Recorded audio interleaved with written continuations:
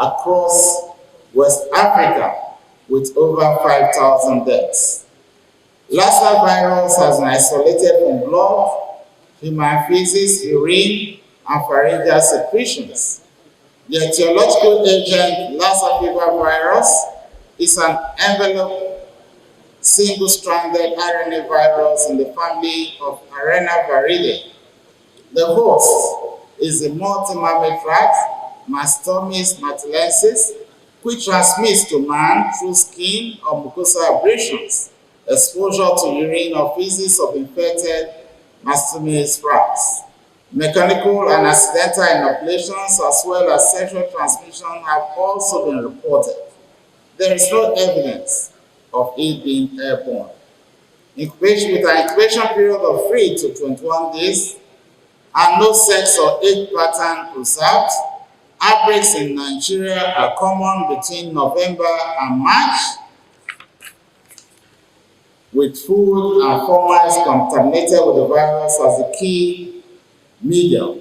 The disease is severe in pregnant women. Lassa is endemic in Benin Republic, in Ghana, Guinea, Liberia, Mali, and Sierra Leone, and Nigeria.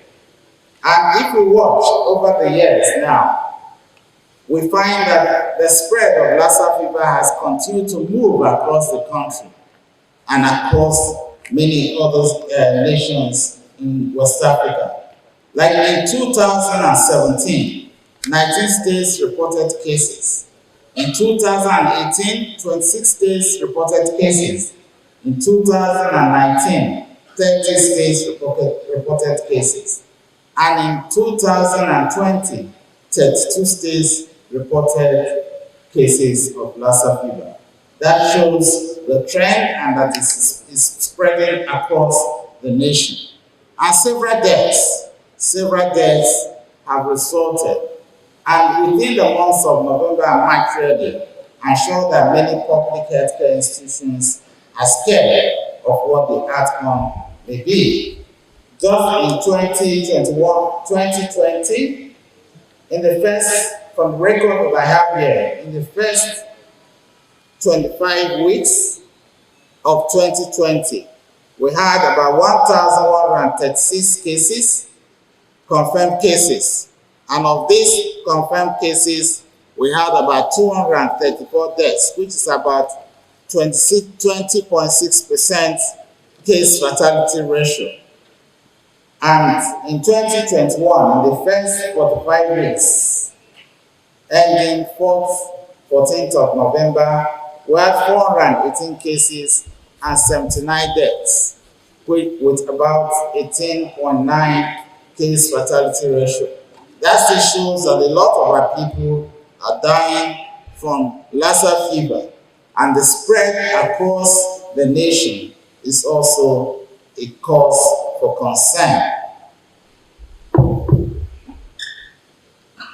COVID-19. The coronaviruses are known to cause illnesses ranging from the common cold to more severe diseases.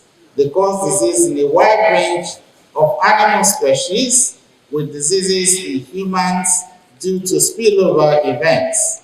In 2002, we reported the severe acute respiratory syndrome. In 2009, we had the H1N1 influenza reported. 2012, we had the Middle East respiratory syndrome coronavirus. And then in 2019, the novel coronavirus came. And that in itself now has continued to ravage the world, to impact very strongly, not only on the health of our people, but has devastated the economy of many nations, particularly Nigeria. I guess that the impact in Nigeria is even more about the economy than the health impact. And that in itself is a huge challenge, considering the fact that many of our people are already living below the poverty line. From the records available internationally, as of the 26th of November 2021, just a few days ago, we have had nearly 260 million cases across the globe with over 5 million deaths. And this in itself is something that we should worry about. Although in Nigeria, the impact is not as much as we have globally, because we have 213,982 confirmed cases and 2,905 deaths as at 28th of November.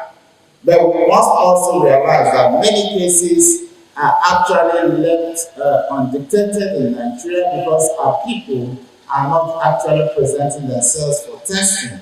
And many deaths would also have occurred unnoticed in the course of these last 2 years. There is no doubt that our approach has been effective as a nation, especially coming from the Center for Disease Control and the Presidential Task Force, which has recently been renamed the Presidential Steering Committee, working along with the health institutions across various states and the state governors. They have done quite a lot to communicate to our people on the need for public health measures. But the fact is, because we have not noticed the kind of devastation that they've had in some of the civilized lands, our people are not taking this very, very seriously. And the reason they are not taking it very seriously is because God has been on our part and we are not seeing the kind of deaths that we're seeing in other nations. But this, I'm mentioning this because it's important that we try to undertake a study to find out why the impact of the COVID-19 pandemic has not been as devastating as people truly thought it to be in Nigeria and across West Africa. I think that this is something that should actually be taken by NMA along with other researchers to find out what possibly may have been the cause for this. The public health measures, many of our people are no longer obedient to the public health measures, even disregarding the advice and the conversations out there, and our health staff are going all out to do their best, but many of our people don't seem to believe that COVID is real, even up to this very moment. Only a few Nigerians are still presenting themselves for tests. We have talked about the molecular labs being available everywhere, and even now, the rapid diagnostic test kits. But as at the 28th of November, less than 3.5 million tests have been done in this country. I think that is a cause to worry about, and we need to find ways of continuing to bring our people into the conversation and into the knowledge of the fact that the more tests we carry, the more public health measures we truly obey, the more likelihood of us in this country being able to control the COVID-19 disease in our nation. Thank God we have not had so many deaths, because if they were really deaths as we witnessed in places like Brazil and India, I'm sure that our people would have become very panicky. But the situation is, with the variants that are coming, with the continuous evolution and several variants, with the Delta variant that came, and now the current variant, Omicron, detected in South Africa and reported in South Africa, I think that there is cause for us to begin to re-communicate to our people that it is not yet all over, because our people truly believe that it's over. Here in this place, we are putting on masks. But when you go into the larger population, they don't look in that direction at all. And no matter what you say, people don't seem to want to believe that something is happening and that COVID is real. So we need to begin to find new ways of recommunicating with our people and making them to understand the need for us to obey public health measures, the need for us to take vaccines, because it's important. The records are not good enough for us. Globally, we have had about 7.7 billion doses of vaccines given already. But here in Nigeria, only about 6.7 million people have had their first dose of one vaccine. And those that have had the second dose are only about 3.66 million people, as at the 30th of November 2021. That in itself is not encouraging, because those who have had their full jabs, that is two doses at least, are only about 3.3% of the population, and that is not good enough. For us to have some reasonable level of herd immunity, it's expected that about 60 to 70% of our people have to be fully vaccinated. The vaccines are available now, but Nigerians are not presenting themselves to receive the vaccination. And that is a cause for us to worry as health practitioners and public health practitioners. So there is a need for us to find new ways of communicating with our people, especially by beginning and trying to ensure that the traditional institutions take the ownership of this communication, the risk communication, in such a manner that they are able to communicate with our people in the ways that they do understand. Now, what do the trial, Ebola, Lassa, and COVID-19 have in common? Well, 6 key features stand out for me. All three are caused by zoonotic pathogens, all spread by modern transportation, and that is a great problem, because any infection anywhere in the world in just a few days could spread to as many nations as possible. In 6 weeks only, the Ebola, from January to early February, has spread to over 25 countries across the globe. And before we could know it, it was in all countries of the world. No effective antimicrobial for treatment. Laboratory and clinical diagnosis were problematic at the beginning, but now it's not exactly so, because as the chairman of the health committee did tell us, we have well over 90 of such places now for us to be able to do our laboratory investigations. Poor communication among countries, and that continues to stand up to today. And I do not believe that the reactionary measures that we're going to see with the announcement of the Omicron variant in South Africa is the way to go, because a country detected, sequenced, and reported a new variant. And the next thing, as soon as they announce it, countries are banning them, and it appears that they are being punished for being able to share with the world what they have found. Why I'm worried is because if we continue to go in that direction, we will begin to find health institutions and countries begin to withhold information. And I believe that that will be more dangerous for our world. I believe that there are other public health protocols that can be undertaken, just like the ones that we have continued to undertake in the past few months. We can begin and continue to carry out tests and isolations as people arrive. But when we start to ban countries from entering into our shores because they have announced a new variant, I guess that may not be encouraging enough. Because when information begins to be withheld, then there will definitely be trouble globally. And all three have had their economic impacts, but more particularly, the COVID-19 pandemic has caused a lot of pain in the world through the shutdowns globally, and Nigeria has actually suffered a lot from this because of the impact in our oil economy and also even in the local economy.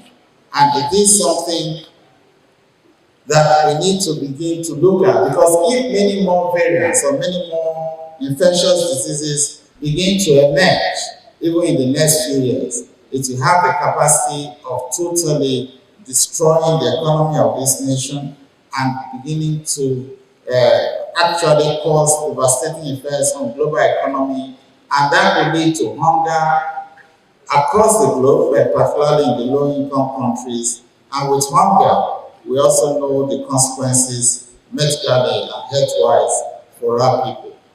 The occurrence of emerging and re-emerging infections is driven by factors related to the agent, the host, and the environment. These factors include evolution of the infectious agent through microbial adaptation, leading to new strains causing diseases. And this is happening very, very rapidly with the COVID-19 pandemic or the COVID-19 disease. Development of resistance to drugs and vaccines. And this is a fear that people are going to have with the new vaccines and the response of the new variants to the vaccines. And I hope that we're able to continue to ensure that science is able to match with these evolutions that we are having. Resistance of vectors to pesticides is also a huge challenge that we will continue to notice across the line and in response to all three infections that we've been discussing today. Human behavior, e.g. through the overuse of antibiotics, has led to disease-causing organisms that are resistant to medicine. It has allowed a return of diseases that were once treatable and controllable. Increased susceptibility to infections as a result of immunosuppression, high population growth, and uncontrolled urbanization is also a major challenge. And concern the environment, climatic factors, the climate change, natural disasters, economic development and land use through deforestation, and weak surveillance systems. All these have their various impacts on these diseases and the level of impact in the endemicity of the diseases in our nation and across the globe.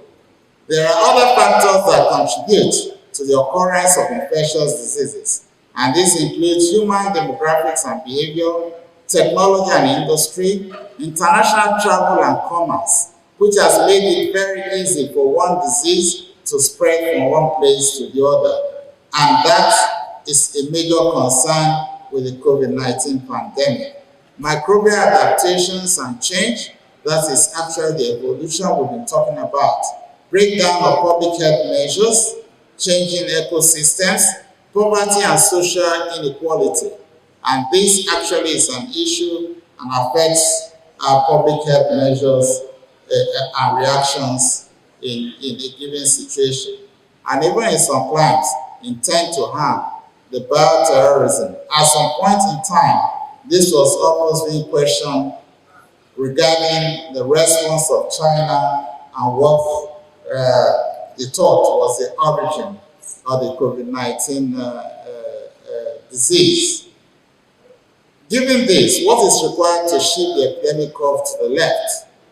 Functional and effective surveillance and response systems.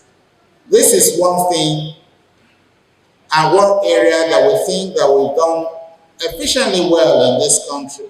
But I also think that we need to do more, because the health staff are there, but obviously they are thin.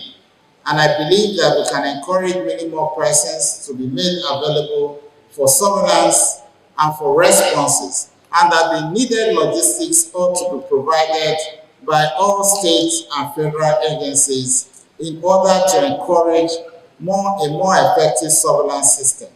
Skilled public health workforce, functional and network laboratory, intersectoral collaboration, and the one health approach. And the one health approach means that it's not just about doctors and health staff only. Realizing that in the agricultural sector it can have an impact, and whatever is done in the environmental sector also has an impact. It means that there must be a real collaboration between health, agriculture, and environment ministries, and many others, in order to strengthen the approach to control. A strengthening public health system. Our health systems are weak, but however, with the coming of the COVID-19 pandemic, I think that our health systems are being strengthened. And the chairman of the health committee told us about a lot of progress that has been made. But the question is, fair enough budget, and the communication has to change, our attitude towards budgeting has to change, and I think that it is something governments at the national and subnational have to continue to look into to see how we can improve. Effective coordination. There's a lot being done, and I believe that we can do more through further training and even retraining of our people. It's very important that the health sector is fully coordinated. I want to appreciate the Nigerian Primary Health Care Development Agency, the Center for Disease Control, because they are doing quite a lot. And their impact truly is being felt across the states. And I think that we need a greater response from Nigerians. And this does not only have to be during the time of the pandemic. We need to begin to move from the kind of thing we do now, an emergency response, to a situation where we get the buy-in of the people, what we may refer to as a people-centered medical care. It's very important that we need to look into that. It's not just about having a relationship with our patients. We must ensure that the people become stakeholders in our health development processes. Why was Nigeria able to successfully manage the Ebola outbreak? One, government leadership through the Public Health Emergency Operations Center, multi-sectorial involvement with the private sector, partnering with the public sector, preparedness plan and rapid response. That was very obvious with the Ebola when we had the incident case. Availability of trained personnel. I made reference to the graduates of the Nigerian Field Epidemiological and Laboratory Training Program, which helped in contact tracing. This will enable the use of highly skilled workforce for rapid response, contact tracing, operational research, and even innovation, real-time monitoring for contacts. Building on this experience and my discussion so far, the following recommendations apply. One, adopting the global health security agenda, formulation of infection prevention and control policies for states, formulation of antimicrobial stewardship policies for states, adopting strict infection prevention and control principles in health institutions, building and sustaining public health response systems, provision of good public health laboratory network, which we are beginning to see, thanks to the COVID-19 pandemic that has woken us up, vigorous and continuous surveillance systems, support for contact tracing and tracking. And I think that we need to continue to provide funds for this. In addition, strict international travel health measures to prevent movement of pathogens and vectors via modern transportation have to be put in place, improve international cooperation and data sharing. 3, improve effective laboratory-based surveillance. 4, rebuild public health infrastructure to prevent and control vector-borne and zoonotic diseases. We need to have our personnel trained and retrained. Our laboratories and epidemiological capacity must be built, and tools, including vaccines, drugs, insecticides, mosquito control nets, have to be put in place and ready for use by Nigerians. Understanding the disease ecology, which means we must continue to carry out research. Political will. The will of the government, both at the national and sub-national levels, to truly fund health and to truly support healthcare personnel in such a manner that they are encouraged to truly lay their lives for Nigerians in the process of ensuring that Nigerians get healthy. Economic support and regional prevention and control programs. Here I want to talk about the role of medical practitioners. Medical practitioners, health promotion and risk communication is important. They need to educate patients and our people, not just patients, on the transmission of infections and control measures, management of patients. Of course, they play a major role in diagnosis and treatment of our people who get infected, conducting of researches, the need to fund and to conduct researches that contribute to the body of knowledge in relation to the prevention and management of infectious diseases, and a multidisciplinary collaboration using a One Health approach. I talked about that before. Informed decision making, providing scientific evidence that could inform policy making around the control of infectious diseases. The government lacks a lot in this because we are not supporting the funding of research enough, both at the state levels and at the federal level. The role of the Nigerian Medical Association: advocate for the development of integrated healthcare systems in which both public health and individual health can be addressed, and in which the people are made to become stakeholders in the process of healthcare.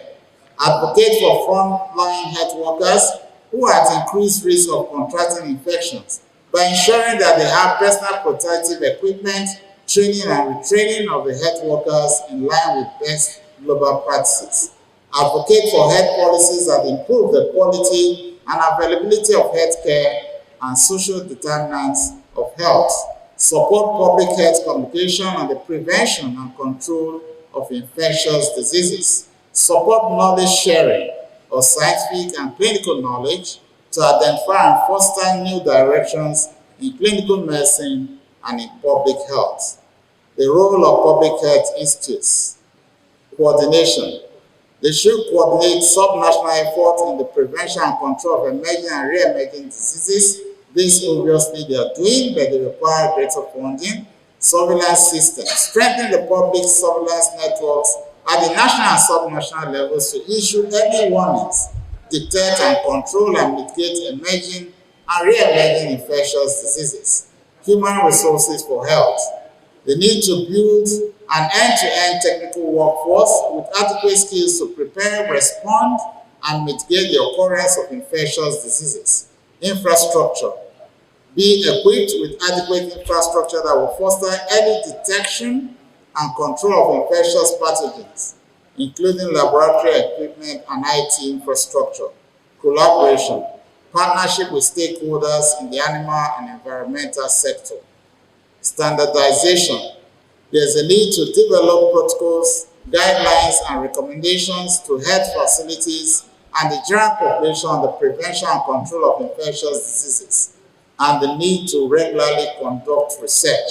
But all these require funding, and the public sector, the federal and state governments, must be ready to provide adequate funds for this. And also, there is a need for the government to find a way to enlist the cooperation of the private sector to truly support research in this country.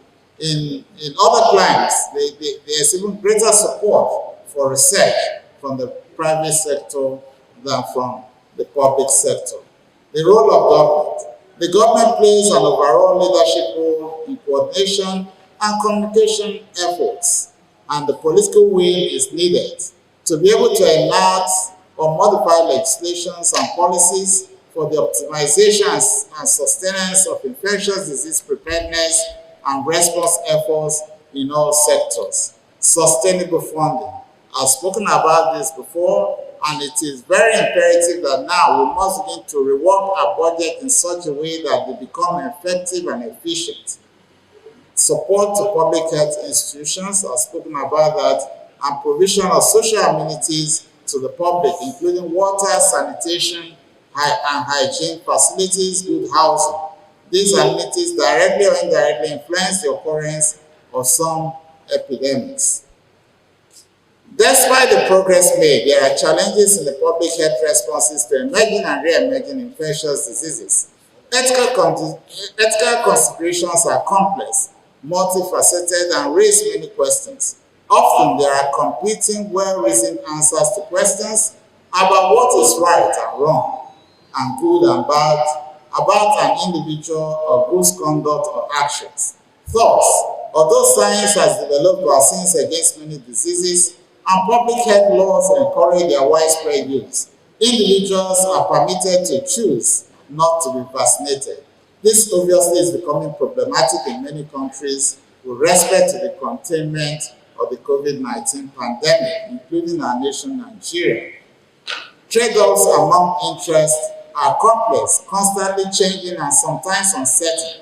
Discussions of ethical questions often lead to very different answers to questions about what is right and wrong and good and bad. For example, we acknowledge that individuals have a right to privacy regarding their infectious disease status. Yet, some argue that AIDS patients who knowingly infect others may have their right to privacy overridden, so that partners may be notified of the risk of contracting AIDS.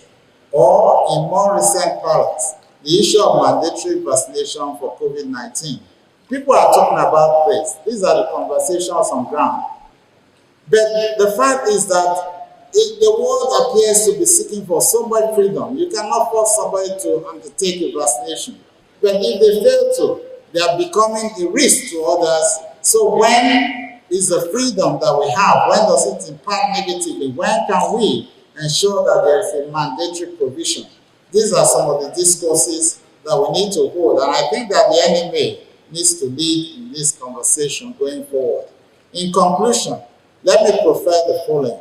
One, the continuous evolution of these infections is influenced by the plethora of factors related to humans, the pathogen, animals, and the environment. Two, deliberate efforts are needed to build and maintain a resilient public health system for detection and response to emerging and re-emerging infections at the national and subnational levels in Nigeria. Three, everyone has a key role to play in the prevention and control of emerging and re-emerging infections, including the Nigerian people, and the need to keep them engaged, the need to keep them informed, the need to ensure that they buy in by reworking our risk communication in such a manner that we're able to truly reach out to the grassroots through those whom the people hear and those that they listen to, the better for us as a nation. Four, Nigeria can leverage this experience in dealing with previous outbreaks in preventing the occurrence of future outbreaks. Infectious diseases are emerging, re-emerging, and spreading geographically faster than any time in the history of mankind.